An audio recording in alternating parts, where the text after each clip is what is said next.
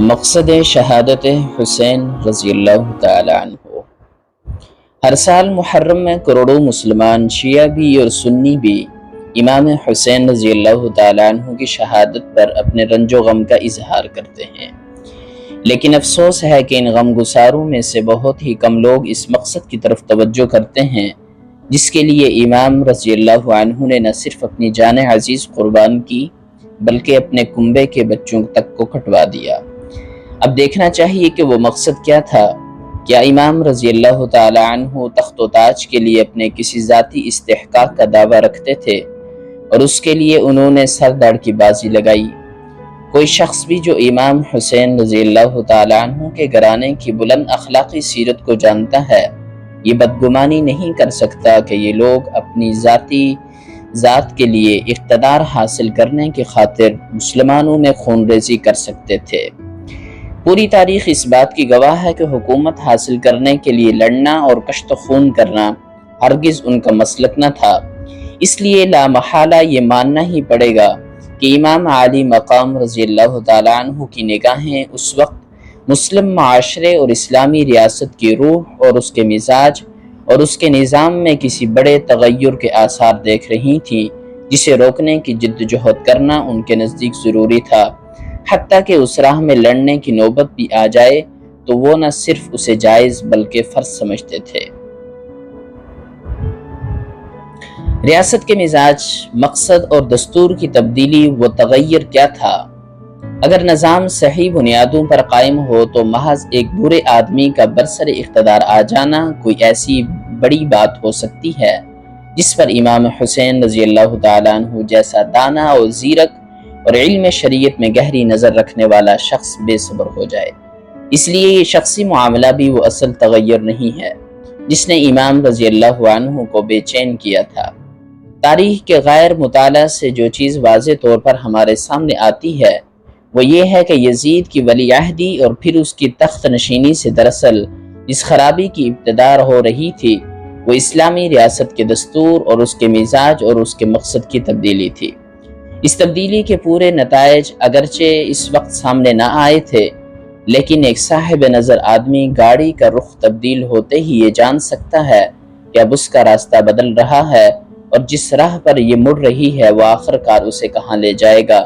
یہی رخ کی تبدیلی تھی جسے امام رضی اللہ تعالیٰ عنہ نے دیکھا اور گاڑی کو پھر سے صحیح پٹری پر ڈالنے کے لیے اپنی جان لڑا دینے کا فیصلہ کیا۔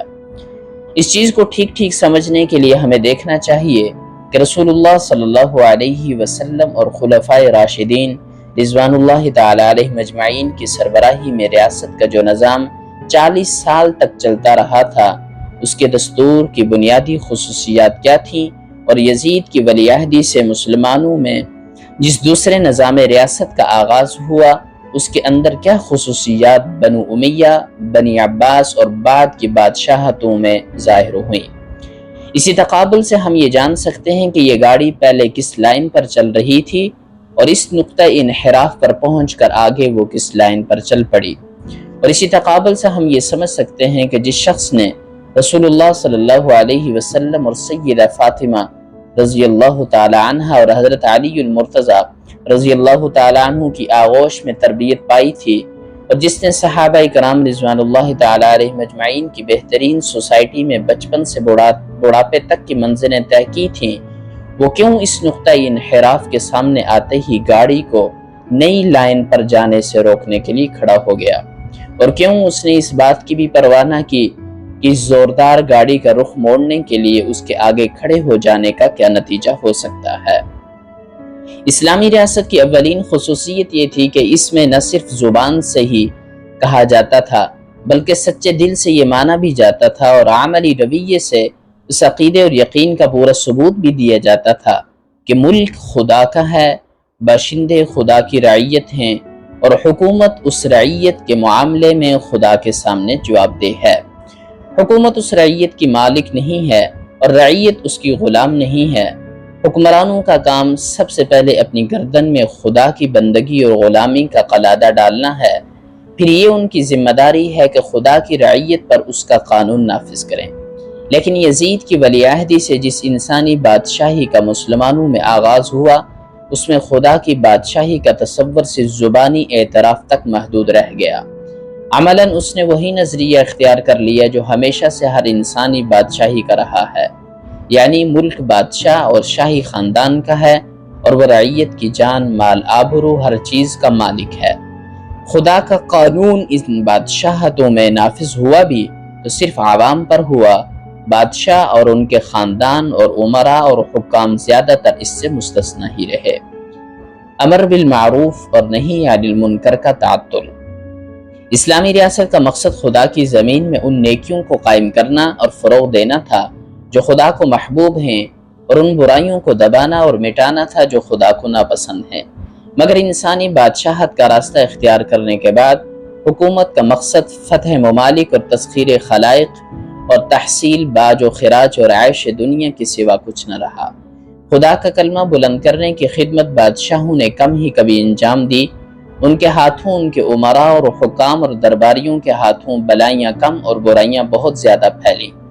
بلائیوں کے فروغ اور برائیوں کی روک تھام اور اشاعت دین اور علوم اسلامی کی تحقیق و تدوین کے لیے جن اللہ کے بندوں نے کام کیا، انہیں حکومت سے مدد ملنی تو درکنار، اکثر وہ حکمرانوں کے غضب ہی میں گرفتار رہے اور اپنا کام وہ ان کی مزاحمتوں کے علی الرغم ہی کرتے رہے۔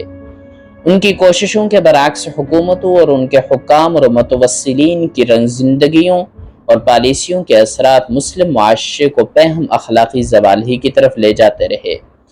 حد یہ ہے کہ ان لوگوں نے اپنے مفاد کی خاطر اسلام کی اشاعت میں رکاوٹیں ڈالنے سے بھی دریغ نہ کیا، جس کی بدترین مثال بنو امیہ کی حکومت میں نو مسلموں پر جزیہ لگانے کی صورت میں ظاہر ہوئی۔ اسلامی ریاست کی روح تقوی اور خدا ترسی اور پرہیزگاری کی روح تھی، جس کا سب سے بڑا مظہر خود ریاست کا سربراہ ہوتا تھا۔ حکومت کے عمال اور قاضی اور سپہ سالار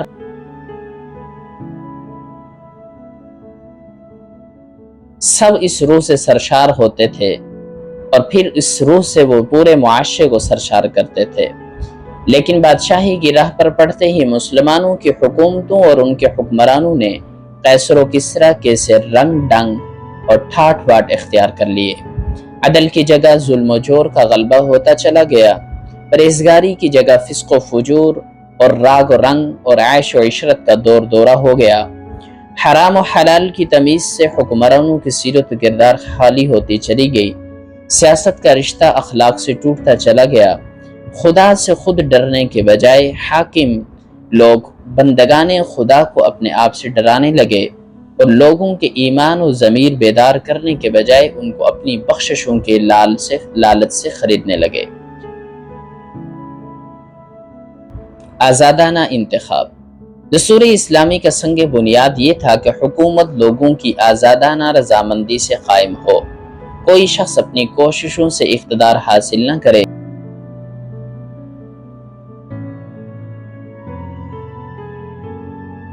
بلکہ لوگ اپنے مشورے سے بہتر آدمی کو چن کر اقتدار اس کے سپرد کر دیں۔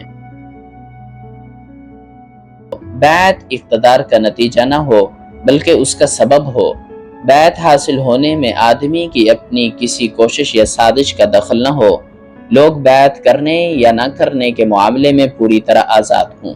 جب تک کسی شخص کو بیعت حاصل نہ ہو وہ برسر اقتدار نہ آئے، اور جب لوگوں کا اعتماد اس پر سے اٹھ جائے تو وہ اقتدار سے چمٹا نہ رہے۔ یزید کی ولی عہدی وہ کارروائی ثابت ہوئی جس نے اس قاعدے کو الٹ کر رکھ دیا۔ اس نے خاندانوں کی موروثی بادشاہتوں کا وہ سلسلہ شروع ہوا کہ جس کے بعد سے آج تک پھر مسلمانوں کو انتخابی خلافت کی طرف پلٹنا نصیب نہ ہو سکا۔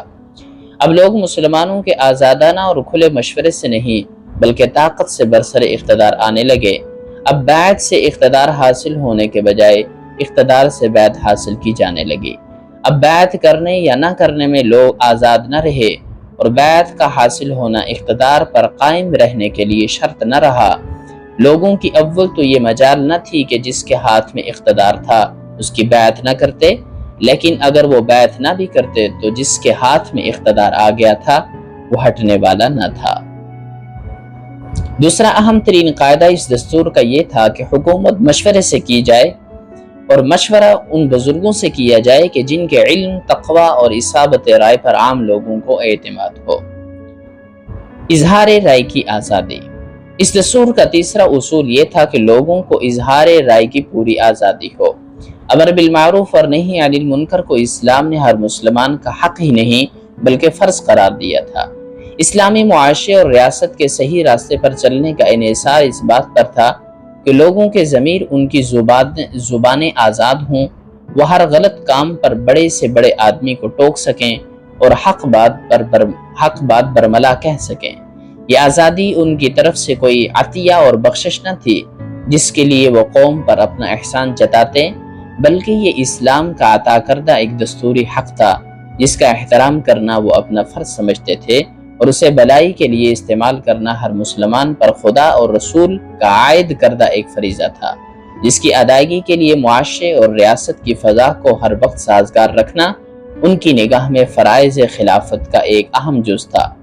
لیکن بادشاہی دور کا آغاز ہوتے ہی ضمیروں پر قفل چڑھا دیے گئے اور منہ بند کر دیے گئے۔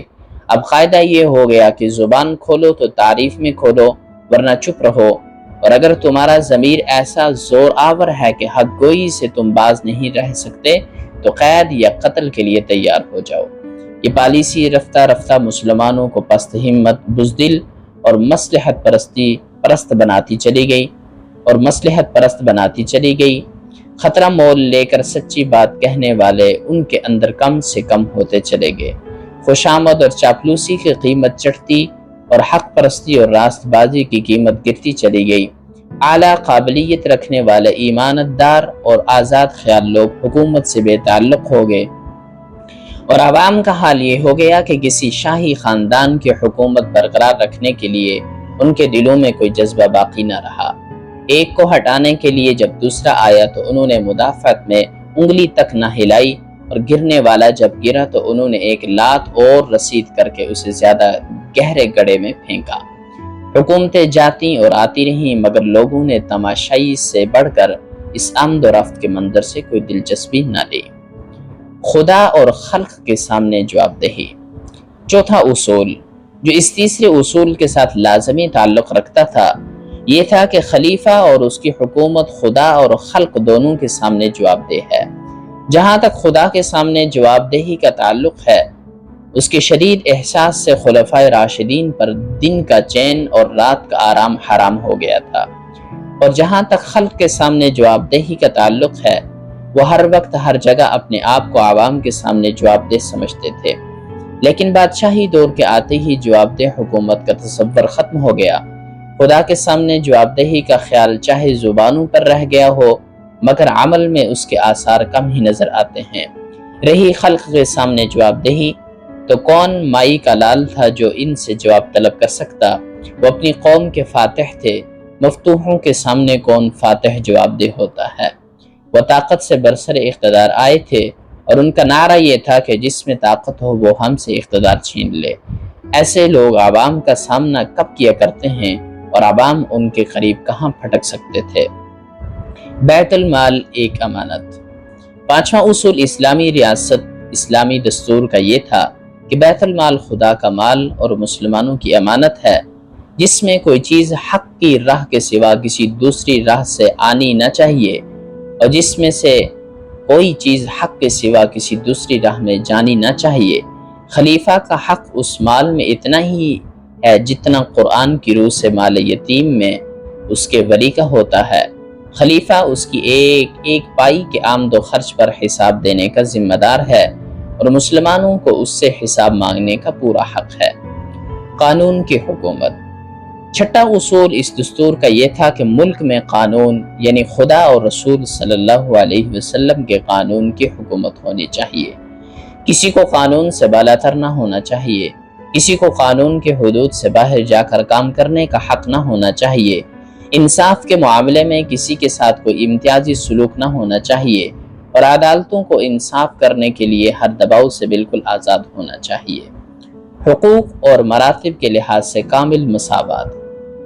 مسلمانوں میں حقوق اور مراتب کے لحاظ سے کامل مساوات اسلامی دستور کا ساتواں اصول تھا، جسے ابتدائی اسلامی ریاست میں پوری قوت کے ساتھ قائم کیا گیا تھا۔ مسلمانوں کے درمیان نسل، وطن، زبان وغیرہ کا کوئی امتیاز نہ تھا۔ قبیلے اور خاندان اور حسب و نسب کے لحاظ سے کسی کو کسی پر فضیلت نہ تھی۔ خدا اور رسول صلی اللہ علیہ وسلم کے ماننے والے سب لوگوں کے حقوق یکساں تھے اور سب کی حیثیت برابر تھی۔ ایک کو دوسرے پر ترجیح اگر تھی تو سیرت و اخلاق اور اہلیت و صلاحیت اور خدمات کے لحاظ سے تھی، لیکن خلافت کی جگہ جب بادشاہی نظام آیا تو عصبیت کے شیاطین ہر گوشے سے سر اٹھانے لگے۔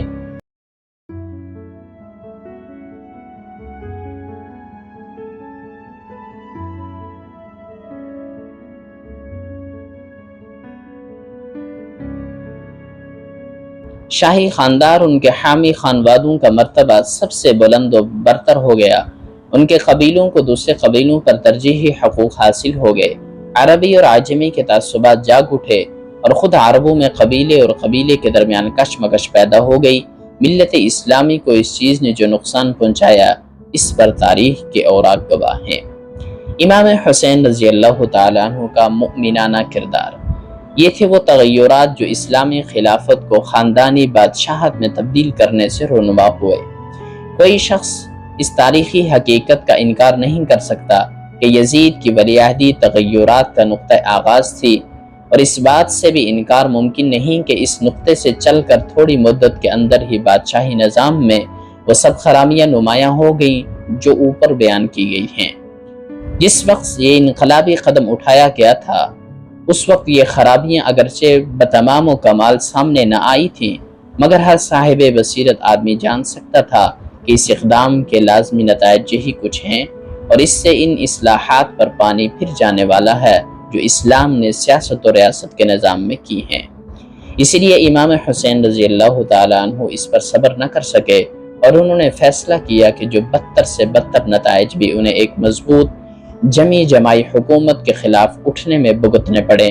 اس کوشش کا جو انجام ہوا وہ سب کے سامنے ہے، مگر امام رضی اللہ تعالیٰ عنہ نے اس عظیم خطرے میں کود کر اور مردانہ وار اس کے نتائج کو انگیز کر کے جو بات ثابت کی، وہ یہ تھی کہ اسلامی ریاست کی بنیادی خصوصیات امت مسلمہ کا وہ بیش قیمت سرمایہ ہیں جسے بچانے کے لیے ایک مومن اپنا سر بھی دے دے اور اپنے بال بچوں کو بھی کٹوا بیٹھے تو اس مقصد کے مقابلے میں یہ کوئی مہنگا سودا نہیں ہے۔ دین اور ملت کے لیے وہ آفت عظمی ہے جسے روکنے کے لیے ایک مومن کو اگر اپنا سب کچھ قربان کر دینا پڑے تو اس میں دریغ نہ کرنا چاہیے۔